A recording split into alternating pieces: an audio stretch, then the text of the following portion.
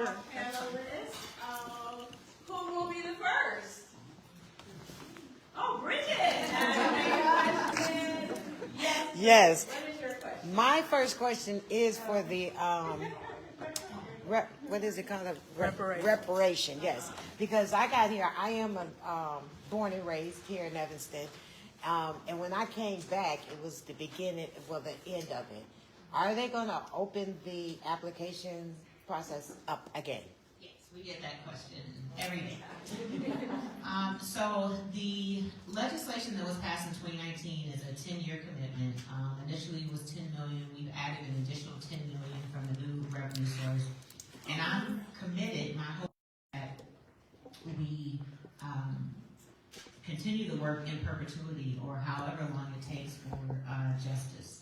Right now, we don't have a date yet in which we're going to reopen the application, but I will tell you that there are working groups that are working on additional forms of redress, economic development, educational initiatives, and more housing redress.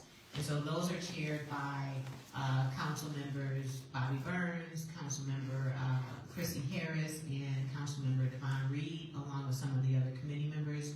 And I would recommend that you sign up for updates on the City of Evanston website, so when it does open back up again, you are the first to know. And also, I encourage everyone to get your information firsthand. So don't get your information on Facebook. The meetings, if you can't attend, they are, hey, okay. I'm trying to ignore it, but Cheryl. they are recorded, and so you can watch it and get your own report. Okay. Yeah. And then, in addition to that, I know there's documents that you have to get together. What is your suggestion on, like, say for instance, my mother, she was here, but right now she's Parkinson's dementia, so asking her any of these questions or to get the information that I probably would need from her is impossible for me. So what would I'm going to send you right back where we are to the Evanston History Center. And so I'll say that the Evanston History Center, Shorefront Legacy Center, Legacy, and the Evanston Library have played a key role in helping families like yours to get their documents. So between these three institutions, they have everything. The Evanston Library has all Evanston phone books, yearbooks, obituaries. These are the very accessible types of documents that we have allowed to prove your eligibility. So if you don't have it at home, you can get the support from one of those three organizations. I would start with the library and then work your way around if necessary. Thank you. All right, another question. Yes. I understand that there's gentrification in the Fifth Ward. If so, how is that impacting reparations? Right, so I was, that census tract 8092 is where I was born and raised, is where I live right now. And I could tell you that I was born in 1976, and I would say it was an all-black neighborhood, and it's not even close anymore. It's very, very different. I have, very few black neighbors now, even on my block. But that doesn't impact reparations because we made sure there was some early discussion that the reparations benefit had to stay in the city if it is for housing redress, and if you take cash, then it really doesn't matter where you live. So the gentrification doesn't impact the reparations initiative, but it is impacting black families. I can tell you how many black families that when I was serving as councilwoman are leaving Evanston. It's an exodus. It is an exodus of black community members because of affordability, lack of a sense of place. Now reparations has changed that. Some folks want to come back now to Evanston because they believe there's more hope and possibilities for the life circumstances of black folks. But in terms of the actual program structure, it doesn't impact it. But it's impacting our city. It's impacting families that have had generational homes that they're losing because of overassessed property taxes. We didn't even talk about that. The 8092 overassessed, and we are the most lowest economic community, and we have taxes that are burdensome, and families are losing their homes. I know a family that I assumed owned their home because they've been in the home probably 70 years, only to find out that she was on a land contract. And the woman was 80 years old, and the owner of the home that she owned and paid for decided they didn't want to be in the business anymore, and they gave her the option at 80 to buy her home at market value. This happened while I was in office. And that community member now lives in a housing apartment here in Evanston, doesn't have her home anymore, and the family didn't know. So these are the types of things that pushed the reparations conversation here in Evanston. Yes. I totally agree. Again, as a real estate agent, I have a number of friends and people that I went to school with, and even me myself, when I moved away and came back, when I was trying to buy a property, I bought in Skokie because it was a little bit more reasonable, the taxes were a little less, and so this is what's happening, that my friends are not able to purchase their family home after their parents are passing away for a number of reasons that we won't go all into. But again, we're excited that the city is trying to repair some of that damage and allow some of them to come back to Evanston to purchase. So, any other questions? Yes. So, Vanessa, I see you have a slide up here about, probably could be titled, what could we do for all of us? Is there anything that you or the panel would want to direct us to, or perhaps folks in the audience have questions about that? But you've got 4 different committees. Yeah. Anything you want to tell us about that, or? If you don't mind, we're going to save that to the end when we're going to give the call to action of how everyone can support each one of the organizations. But thank you for that question, and we will definitely address it. I saw a hand toward the back. Well, I don't know, mine might belong in the future as well. I'm interested in the small house movement and how it's doing in Evanston. Oh, I'm not familiar in our either community. Well, tiny houses, just small square footage. Yes. Sometimes on top of garages or. Yeah. Oh, the ADUs as well. Yeah, I am familiar with ADUs. Yes. Yeah, so a bunch of us who work on housing stuff just said, oh, ADUs. So, yeah, that means accessory dwelling unit. And so where Evanston is progressing is that there have been ordinances changed and ordinances passed that allow people to create these accessory dwelling units. And so those are things like, basement apartment, tiny house in your backyard, an apartment over the garage, those kinds of things. Those were prohibited before, but the city's done a good job of making this possible. One thing that's weird, yes, and Evanston Development Cooperative, I think that's what they're called. They sort of focus on building those, so we actually have a great resource here in Evanston if you want to do that. The problem with these ADUs is that there is nothing that actually makes them affordable. So right now it is still impossible to actually, build a tiny house in your backyard and make the numbers work so that you actually are both providing, a lower rent and covering your costs. And so they have done a few where they've gotten a voucher from from Cook County, suburban Cook, but yeah, tiny houses does not necessarily mean affordable housing. In very few cases, it does. Taxes? It's taxes plus it's the development costs. Yeah, because often you probably don't have. You got to figure out the electricity, the plumbing, everything. Right now, the code still requires you to have sprinklers in a residence, for a new residence, I think. So yeah, it's expensive to build something. So tiny houses are tricky, and we're not going to probably get one of the tiny home developments. There was just an article, I think in the New York Times, about tiny homes and about a development in Texas, I think it was. We don't have land for that, so that's probably not going to happen. It's not the ideal use of land in our community. Thank you. Okay, we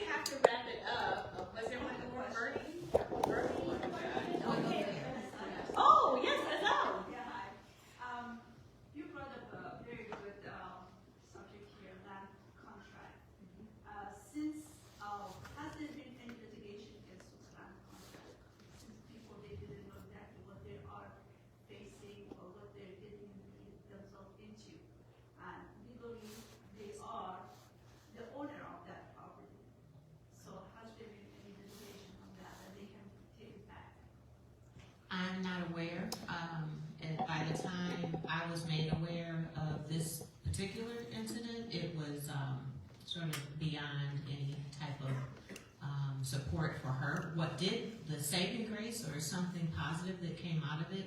A family member was able to buy it, but still buy a house that they should have inherited free and clear, you know, so it was a sentimental opportunity, but it wasn't just.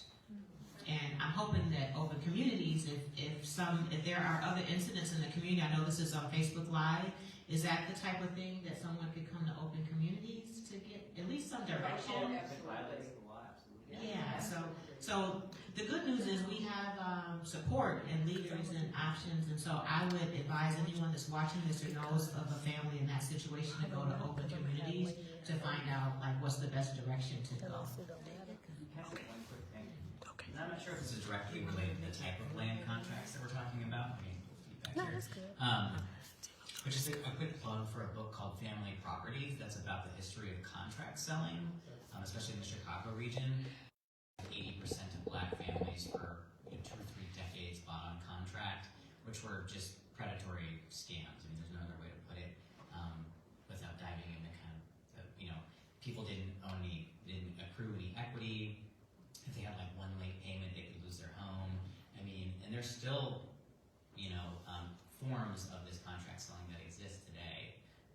So something to be aware of. And black families were forced to do that because the federal government would not insure mortgages. Yeah. And so this was, this was not something that was about money, it was literally about a government policy that would not insure mortgages for black families. And just as a resource, I want to add, if this is interesting to you, follow the Folded Map Project by Tanika Johnson, and you can learn more. Her work is really shows Chicago as an example, and she has a new reparations initiative that using public art to repair homes in a form of reparations, and it's incredible. She's an incredible leader. Please learn more about her work. She's also on our board at FirstRepair. And we had her, the Women's Council of Realtors, and it's still, the presentation is still on the NASBAR and SBAR website where you can hear more. And we're having her back this year in partnership with the Women's Council of Realtors in April? June. So just, follow us and you'll hear more about it. All right, Eve, very quick. Yeah, really quickly, I was going to say, in Fair Housing Month, I think in April, The Shame of Chicago is a series that's going to be aired this year, and it's all about the housing market. Thank you. We could go on and on, like Sue said, till 4 o'clock and beyond, because there's so much, and one thing leads to another thing, and so on. But we really do need to wrap up. And so before we wrap up, we just need to tell the audience how they can get involved. Let's start with Sue, because we have her affordable housing joint forces information up here. Great. So Connections for the Homeless has a housing advocacy program called Joining Forces for Affordable Housing. And we do advocacy that consists of community education, supporting affordable development, and then basically community organizing, trying to get people involved in supporting votes for affordable housing, because that's what it takes. We have several committees up there. I've got the QR code. I don't know why there's a dinosaur on it.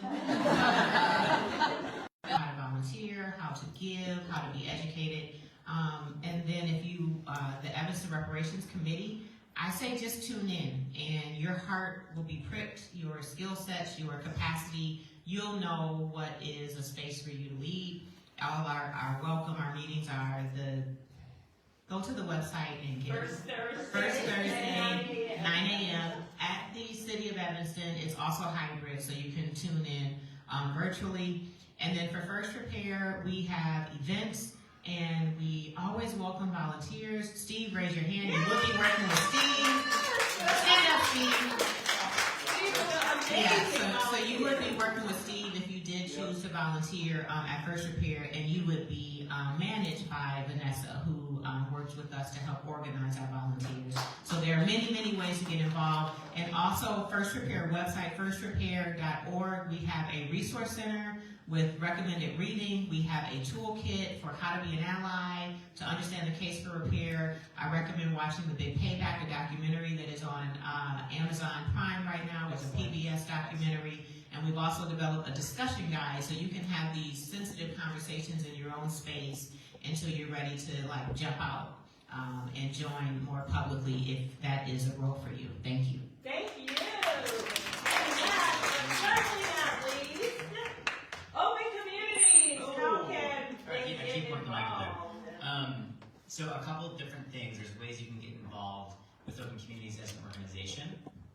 On your way out, we have a QR code if you'd like to donate to the organization. We have a sign-up sheet for volunteers. And this just reminds me of how many different hats Vanessa wears. But she's also coordinating volunteers for open communities. So I think also just, can we get a round of applause for Vanessa?